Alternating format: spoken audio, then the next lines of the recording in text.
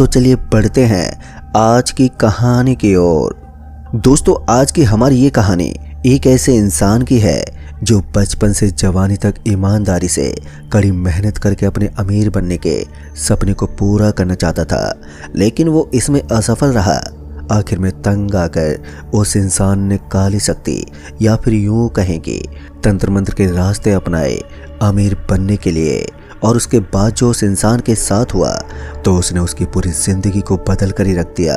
मैं उसी इंसान के स्वरूप में आपको ये कहानी सुनाने जा रहा हूँ। तो चलिए बढ़ते हैं आज की एक और दिल दहला देने वाली घटना की ओर। दोस्तों, मेरा नाम अविनाश है और मैं जब 12 साल का था तभी मेरे पिताजी गरीबी के चलते चल बसे थे। और तब से मैंने मनी मनी ये ठान भी लिया था कि मैं एक दिन बहुत ही बड़ा आदमी बनूंगा। और मैं तभी से पैसों के पीछे इस कदर अंधा हो गया था कि तंत्र मंत्र की काली शक्तियों को अपनाकर पैसे हासिल करना चाहता था। मेरे परिवार में मेरी बूढ़ी माँ और एक छोटी बहन है जिसकी शादी की चिंता मेरी माँ को हर वक्त लगी रहती थी। आज से तकरीबन 5 साल पहले मैं अपने एक दोस्त के साथ पैसे कमाने शहर की ओर जा पहुंचा। शुरू में हमने कड़ी मेहनत से काफ़ी वक्त तक काम किया, लेकिन हमें अपने काम का सही पगार नहीं मिल रहा था।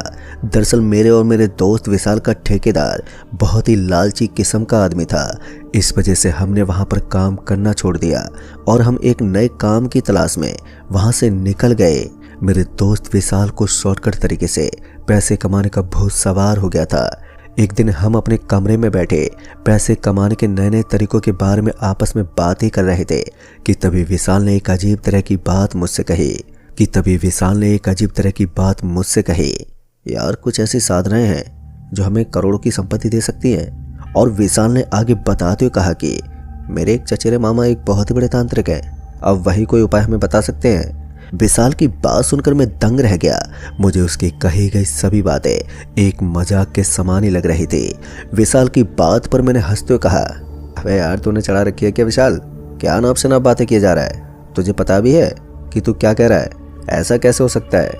अगर ऐसा होता तो सब लोग यही काम नहीं करते। मेरी बात सुनकर विशाल ने थोड़ी गंभीरता से मुझे इसके बारे में बताने लगा। मैं जानता हूँ ये आसान काम नहीं है, बहुतों की तो मौत हो चुकी है इस काम के दौरान। कहा जाता है कि बिना गुरु के कोई भी साधना करने का साफ मतलब है मृत्यु को आमंत्रण देना। तभी उसने कहा कि मैं तुम्हें एक कहानी सुनाता हूँ जो कि मैंने अपने बाबा से सुनी है। आज से तकरीबन 100 साल पहले एक आदमी जो मेरे गांव का मुखिया हुआ करता था और पेशे से वो एक व्यापारी था, एक दिन उसे पता नहीं क्या सूझी कि तंत्र मंत्र और काली शक्तियों की ओर वो आकर्षित होने लगा। और धीरे धीरे पूरे गांव से लोगों की धन संपत्ति अपने आप ही कहीं अदृश्य होने लगे। मेरे बाबा ने मुझे बताया था कि गांव के कुछ लोगों ने एक दिन देर रात मुखिया को जंगल में जाते देखा, जिससे अब धीरे धीरे उन लोगों को गांव के मुखिया पर शक होने लगा। और एक दिन अचानक ही उस मुखिया की लाश उसी जंगल में एक पेड़ पर टंगी मिली। गांव वालों का मानना है कि वो मुखिया बुरी आत्माओं को आमंत्रित करके लोगों का धन मंगाया करता था और उन बुरी शक्तियों ने ही मुखिया की जान ले ली है। लेकिन असल में उस मुखिया के साथ क्या हुआ आज भी एक रहस्य है। दोस्तों, विशाल की पूरी कहानी सुनकर मैं तो बुरी तरह से डर सा गया था, क्योंकि जिस धन के कारण उस मुखिया की मौत हुई थी तो विशाल हमें भी उसी रास्ते की ओर ले जाना चाहता था। मुझे शुरू में तो ये सारी बातें महज एक मजाक से ज़्यादा और कुछ नहीं लगी। विशाल के लालच और मेरी हालत ने हमें मजबूर कर दिया था। हम ना चाहते हुए भी तंत्र साधना की ओर पहला कदम बढ़ा चुके थे। विशाल और मैं अगली सुबह ही विशाल के चचेरे मामा के पास जा पहुंचे। विशाल के मामा हम लोगों से कुछ घंटों की दूरी पर थे, एक ऐसी खौफनाक जगह जिसके बारे में भी सोचकर किसी के भी रोंगटे खड़े हो जाएं। वो ऐसी जगह पर अकेले ही रहते थे। जंगल में पुराने से शमशान घाट के पास एक छोटी सी कुटिया में वो रहा करते थे। सुबह के अभी तकरीबन 11 बज रहे थे जब हम विशाल के चचेरे मामा के पास पहुंचे और हमने विशाल के मामा को प्रणाम किया तो विशाल ने अपने मामा से कहा, मामा जी, क्या कोई ऐसा तरीका है जिसमें हम जल्द से जल्द अमीर बन सकें? यानी कोई पूजा या साधना अगर है तो हमें बताइए, हम कुछ भी करने को तैयार हैं। विशाल के इतना पूछते ही उसके तांत्रिक मामा ने कहा, तुम अभी नादान हो, इसमें बहुत खतरा है। ये तंत्र शक्तियाँ साधना कोई आसान काम नहीं है। अगर तुमसे ज़रा भी गलती हुई तो तुम्हारी जान भी जा सकती है। विशाल के लालच और मेरी मजबूरी ने हमें किसी भी साधना को करने पर बेबस कर दिया था। हमने तांत्रिक मामा की बात पर बस इतना कहा, चाहे कुछ भी हो जाए हम कोई भी साधना कर लेंगे। अब हमारी बात पर उस तांत्रिक मामा ने हमें एक तंत्र साधना के बारे में बताया। तुम दोनों को 6 दिन तक हर शाम किसी बरगद के पेड़ के नीचे बैठकर तंत्र साधना करनी होगी। और उस तांत्रिक ने हमें एक मंत्र बताते हुए कहा कि इसका प्रतिदिन 113 बार जाप करना है और अंत में अमावस की रात किसी भी एक छोटे से जीव की बलि देनी है। लेकिन इतना ध्यान रखना कि कहीं तुमसे भूल ना हो, वरना तुम्हें इसकी भारी कीमत चुकानी पड़ सकती है। लेकिन दोस्तों, हम पैसे के लालच में इतने अंधे हो गए थे कि हमने बिना कुछ सोचे समझे ही उस तंत्र साधना को करने के लिए मान गए। अब अगले ही दिन हम शाम के वक्त उस तांत्रिक के पास पहुंचे। विशाल के हाथ में एक जिंदा मुर्गा था जो कि उसकी बलि के लिए हम लेकर आए थे। और विशाल के चचेरे मामा यानी कि वो तांत्रिक जहां पर रहा करता था, उसके निवास स्थान से कुछ ही दूरी पर जंगल में एक बरगद के पेड़ के नीचे हमने तंत्र साधना की। हम तीनों मिलकर तैयारी करने लगे और शमशान में जले मुर्दों के भभूत से 2 घेरे हमने बनाए और उन 2 घेरों में हम तमाम प्रकार की तंत्र साधना में उपयोग होने वाली वस्तुएं रखी गई। और जैसे सूर्य अस्त हुआ, हम दोनों अपने शरीर पर उसी भभूत को धारण कर उस घेरे में बैठे और उस तांत्रिक ने हमें एक मंत्र बताया जिसका 113 बार उच्चारण करना था। अब हम दोनों अपनी आंखें बंद करके धीरे धीरे उस मंत्र का उच्चारण करने लगे और वो तांत्रिक वहीं हमारे पास बैठ गया। अब जैसे जैसे रात होती गई और हम लगभग 113 में से 55 बार तक हमने उस मंत्र का उच्चारण अभी किया ही था कि तभी मुझे एक अजीब तरह की सुगंध हमारे बगल से आने लगी और धीरे धीरे मुझे अपने शरीर पर एक कोमल हाथों का स्पर्श होने का अनुभव होने लगा। अब धीरे धीरे मेरा ध्यान अब मंत्रों के उच्चारण से हटने लगा कि तभी मेरे कान में बहुत ही मोटी सी सांस लेने की आवाज सुनाई दी, जिसे सुनते ही मैं सहम सा गया और पुनः मैं मंत्र उच्चारण में अपना ध्यान लगाने लगा। जैसे ही हमने 113 बार मंत्र उच्चारण किया कि उस तांत्रिक ने एकदम से ताली बजाकर हमें संकेत दिया कि हम 113 बार मंत्रों का जाप कर चुके हैं। हमें संकेत मिलते ही हमने अपनी आंखें खोली कि तभी उस तांत्रिक ने उस मुर्गे की बलि देने का इशारा किया और फिर विशाल और मैंने मिलकर एक झटके में उस मुर्गे का सर धड़ से अलग कर दिया। और साधना पूर्ण होते ही उस तांत्रिक ने हमें चेतावनी देते हुए कहा, कुछ काली शक्तियां तंत्र साधना करते वक्त तुम्हारी परीक्षा लेंगी, जिसमें तुम्हें भ्रमित करने का प्रयास करेंगी, लेकिन तुम्हें चौकन्ना रहना होगा और कल शाम को भी इसी वक्त तुम दोनों यहीं पर आ जाना। 5 दिन और लगातार ये साधना करने के बाद तुम्हें एक अंतिम प्रक्रिया से गुजरना होगा जो कि आने वाली अमावस की आधी रात को आरंभ होगी। अगर तुम दोनों ने ये पड़ाव पार कर लिया तो तुम्हारी मांगी गई हर इच्छा पूरी होगी। अब कल से ही तुम्हें तुम्हारी की गई इन साधनाओं का लाभ देखने को मिल जाएगा। तभी हमने प्रणाम किया और वहीं के शमशान घाट के पास बहने वाली नदी में स्नान करके हम अपने घर लौट आए। हम अपने रूम पर आए। मुश्किल से अभी 1 घंटा ही बीता था कि तभी विशाल के मोबाइल फोन पर एक आदमी का फोन आ गया। विशाल ने फोन रिसीव किया तो सामने से उस आदमी ने कहा, अरे भाई साहब, आप विशाल बोल रहे हैं? मेरी 1 सालों से बंद पड़ी छोटी सी एक फैक्ट्री है। आप लोगों को उस फैक्ट्री में मशीनें सेट करनी है और कुछ मरम्मत का भी काम है। विशाल ने एकदम से जवाब दिया, हाँ हो जाएगा।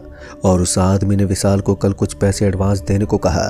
जैसे उस आदमी ने फोन काटा, हमारी खुशी का कोई ठिकाना ही नहीं रहा। हम दोनों बहुत ही ज़्यादा खुश हो गए क्योंकि महीनों से हमें कोई काम ही नहीं मिल रहा था। हम खाना खाकर अभी लेटे ही थे कि कब मेरी आंख लग गई मुझे तो पता ही नहीं चला। अब सुबह एकदम से मेरी आंख खुली तो मैं पसीने से तरबतर था क्योंकि मैंने सपने में कुछ ऐसा देख लिया था जो मैं नहीं चाहता कि वो सच में हमारे साथ हो। हम दोनों तैयार होकर काम पर निकल पड़े। एक दिन में ऐसे कई कॉन्ट्रैक्ट हमें मिलने लगे। अब हमें ऐसा लगने लगा कि शायद वो तंत्र साधना काम कर रहा है। और फिर शाम होते ही हम समय पर उस तांत्रिक के पास तंत्र साधना की चीज़ों को लेकर हम उस तांत्रिक के पास पहुंच गए। और ठीक उसी समय पर हमने कल जैसे 2 घेरे बनाए और हम उस घेरे में बैठे और हम मंत्रों का उच्चारण करने लगे। ठीक आधा मंत्र उच्चारण करते ही मुझे एक असहनीय दर्द का अनुभव होने लगा। मुझे लग रहा था कि मेरे शरीर पर कोई नोकीली चीज से कुरेद रहा हो। लेकिन उस दर्द को सहते हुए हमने बड़ी मुश्किल से आज के दिन की भी साधना पूरी कर ली। और कल की भांति एक मुर्गे के बलिदान के साथ हमने आज की साधना पूरी की और स्नान कर हम अपने रूम की तरफ लौट आए। और हमारे रूम पर पहुंचते ही हमें नए नए नंबर से कई व्यापारियों के फ़ोन आने लगे। हमें काफ़ी ज़्यादा काम मिलने लगा था और हम 2 ही लोग थे।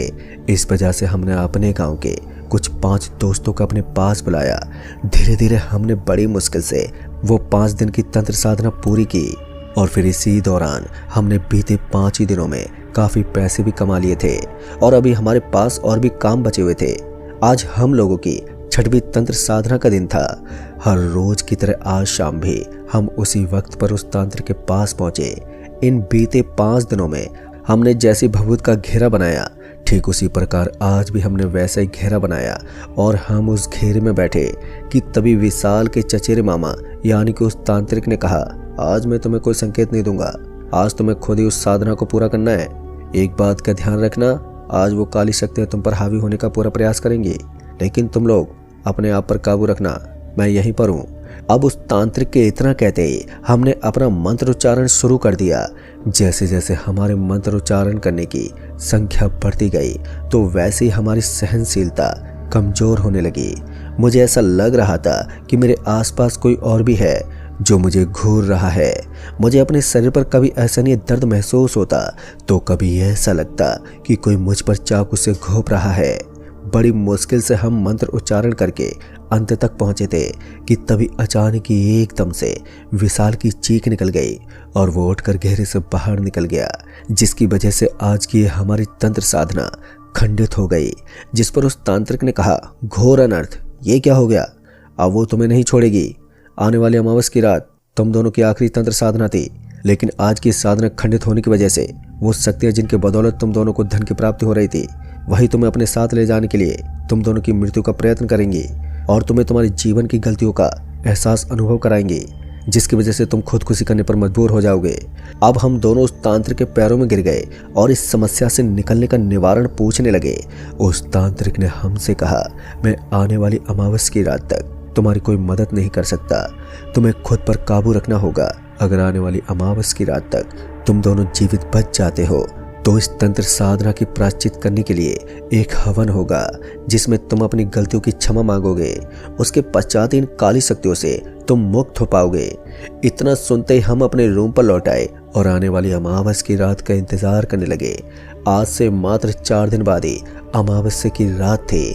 अब उन काली शक्तियों ने अपना असर दिखाना शुरू कर दिया था। देखते ही देखते हमें जितने भी काम के कॉन्ट्रैक्ट मिले थे, अब वो सब हमसे वापस ले लिए गए, जिसकी वजह से हम दोनों एकदम से कर्जे में आ गए और धीरे धीरे एक एक दिन बहुत ही मुश्किल से हमारा दिन बीता। अब अगले दिन वो अमावस्या की रात थी जिसका हमें इंतजार था। फिर रात के ठीक 9 बजे हम अपने कमरे में भूखे बैठे हुए थे। हमारे पास इतने भी पैसे नहीं थे कि हम अपना पेट भर सके। हम हताश होकर नीचे फर्श पर बैठे हुए थे कि तभी एकदम से हमारे कमरे की लाइट जलने और बुझने लगी। मुझे अब ऐसा लगने लगा था कि हमारे कमरे में कोई और भी मौजूद है। हमने एक दूसरे का हाथ कस के पकड़ लिया कि तभी मुझे ऐसा लगा किसी ने मेरे कंधे पर हाथ रखा है। मेरा पूरा शरीर डर से सहम गया था। मैं विशाल का हाथ पकड़ के अपनी आंखें बंद करके मन ही मन हनुमान चालीसा का जाप करने लगा और मंत्र के जाप करते करते कब मेरी आंख लग गई मुझे पता ही नहीं चला। और जब सुबह जैसे मेरी आंखें खुली तो एकदम से मेरी चीख निकल गई।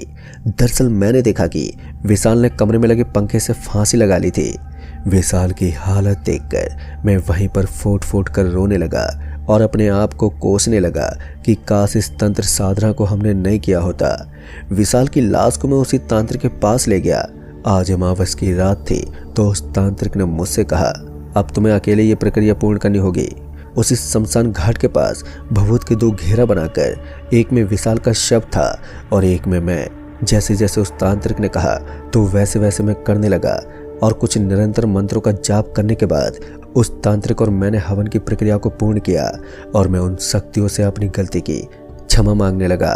फिर कुछ देर के बाद मुझे ऐसा लगा कि कोई मेरा सिर सहला के गया हो कि तभी उस तांत्रिक ने मुझसे कहा, अब से तुम आजाद हो और ध्यान रहे दोबारा किसी भी तरह की तंत्र शक्तियों की साधना के जाल में मत फंस जाना और न ही किसी के कहने में आना। फिर अगली सुबह उसी शमशान घाट पर मैंने विशाल के देह को अग्नि दी और तंत्र साधना का खामियाजा कुछ इस प्रकार से हमें भुगतना पड़ा।